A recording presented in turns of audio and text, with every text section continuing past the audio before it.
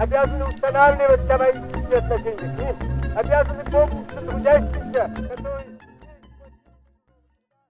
En 1897, l'Empire russe possède un vaste territoire de 22,5 millions de kilomètres carrés, soit 42 fois la taille de la France. Celui-ci s'étend de Varsovie à Vladivostok. On recense plus de 200 nationalités.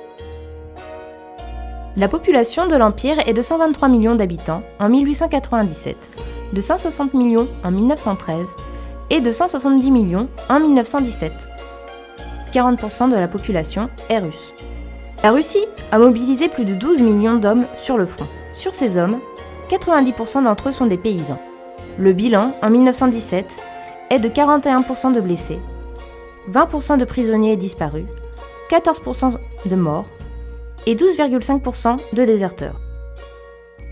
La population est à 86% rurale et 14% urbaine.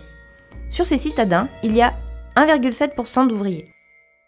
À Petrograd, on compte 73 000 ouvriers en 1890, 242 000 en 1914 et 400 000 en 1917.